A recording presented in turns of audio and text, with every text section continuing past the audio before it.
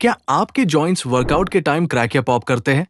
थोड़ा अजीब लगता है, पर टेंशन मत लो।